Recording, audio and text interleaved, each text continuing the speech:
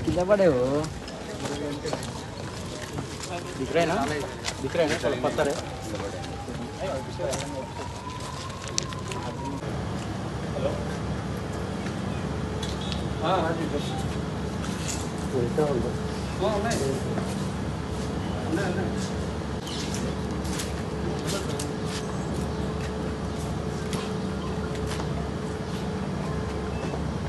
Raju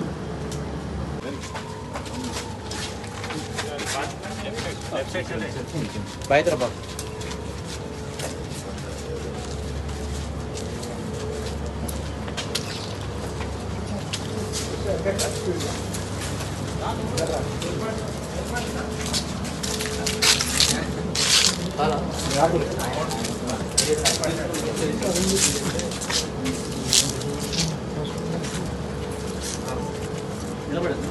camera इनके పెట్టాము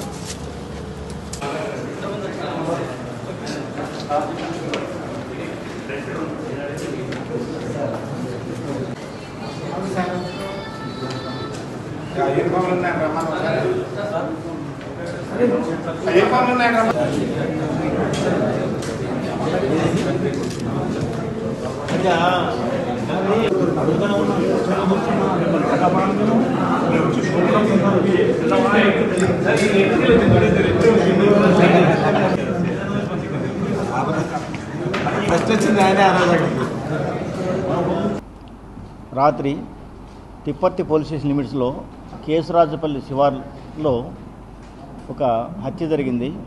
ఈ సంఘటనలో బోధ్ సాయి కుమార్ అనే వ్యక్తి 27 సంవత్సరాలు ఉంటుంది. అతను చంపబడ్డాడు. ఆ ఇన్ఫర్మేషన్ మీద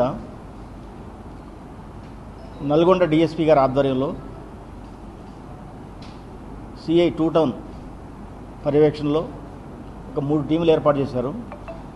ఆ 3 టీములుగా రూరల్ ఎస్ఐ నల్గొండ, అదేవిధంగా శాలిగౌరారం ఎస్ఐ, తిప్పర్తి ఎస్ఐ 3 టీములుగా ఏర్పడి ఈ కేసు ఇన్వెస్టిగేషన్లో క్లూస్ కోసం ప్రయత్నించారు.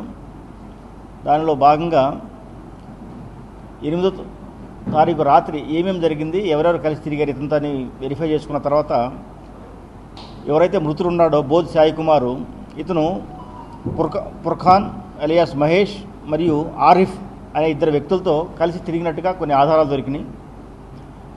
ఆ ఆధారాలను ఛేదించుకుంటూ ఫర్దర్ తెలిస్తే వీళ్ళు ఎక్కడ ఉన్నారనే విషయాలు సాంకేతిక ఆధారాలతో తెలుసుకున్న తర్వాత ఈ టీములు అక్కడికి వెళ్ళి వాళ్ళని అదుపులో తీసుకున్న తర్వాత వెరిఫై చేసిన తర్వాత వాళ్ళు తెలిసింది ఏంటంటే ఈ 2 నిందితులైనటువంటి ఫుర్ఖాన్ మరియు ఆరిఫ్ వీళ్ళిద్దరు కూడా ఉత్తరప్రదేశ్ రాష్ట్రానికి సంబంధించిన వాళ్ళు.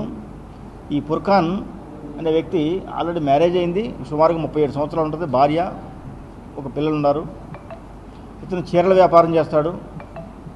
తెలంగాణ మరియు ఆంధ్ర ప్రాంతాల్లో ఉండి చీరలు అమ్ముతూ ఉంటాడు. అతనికి తోడుగా అదే ఊరికి సంబంధించిన ఆరిఫ్ అనే వ్యక్తిని కూడా పిలిపించుకున్నాడు. వీళ్ళిద్దరు కలిసి గత 15 రోజుల నుంచి ఈ నల్గొండ పట్టణ లిమిట్స్లో చీరలు అమ్ముతున్నారు. ఆ చీరలు అమ్మే క్రమంలో ఈ మృతులైనటువంటి బోధ్ సాయి కుమారు వీళ్ళకి పరిచయం అయ్యాడు. పరిచయం అయిన తర్వాత ఆ పరిచయం కొంచెం ఫ్రెండ్షిప్గా మారింది.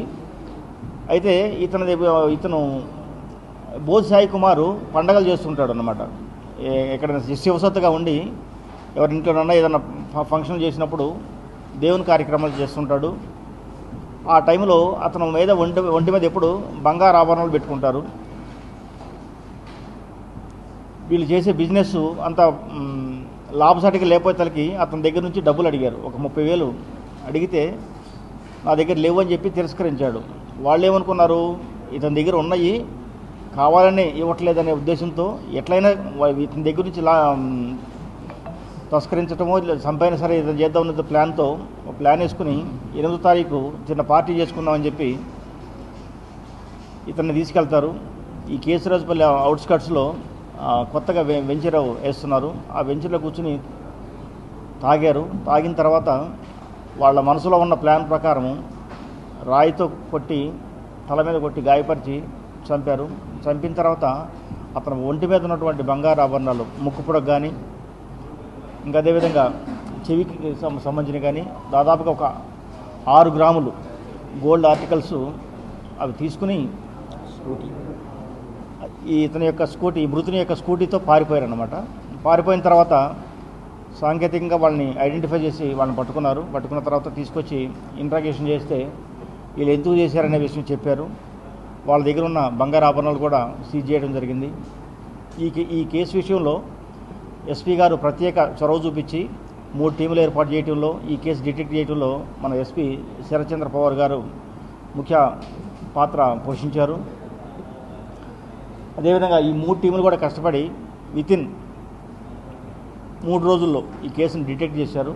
దీనికి ఎస్పీ గారు కూడా ఈ 3 టీముల్ని అభినందించారు. అదేవిధంగా నేను కూడా మన డిఎస్పీ గారిని అతని యొక్క చొరవని అదేవిధంగా వాళ్ళ 3 టీములు కూడా నేను అభినందన తెలియజేస్తున్నాను. ఈ కేసు డిటెక్ట్ చేయడంలో మన తిప్పర్తి ఎస్ఐ శాలిగౌరారం ఎస్ఐ అదేవిధంగా రూరల్ నల్గొండ పోలీస్ స్టేషన్ ఎస్ఐలు కాకుండా వీళ్ళకి తోడుగా ఏఎస్ఐ అఫ్జల్ గారు, హెడ్ కానిస్టేబుల్ శ్రీనివాసరెడ్డి, శ్రీను, అదేవిధంగా కానిస్టేబుల్స్ రామరెడ్డి, సునీల్, గురవారెడ్డి, రాజు, ముజ్జు, సైదులు, నాగరాజు వీళ్ళందరూ సిన్సియర్గా పనిచేయబట్టి వితిన్ షార్ట్ పీరియడ్లో ఆ కేసుని డిటెక్ట్ చేశారు. ఈ సందర్భంగా వీళ్ళందరూ నేను అభినందిస్తున్నాను.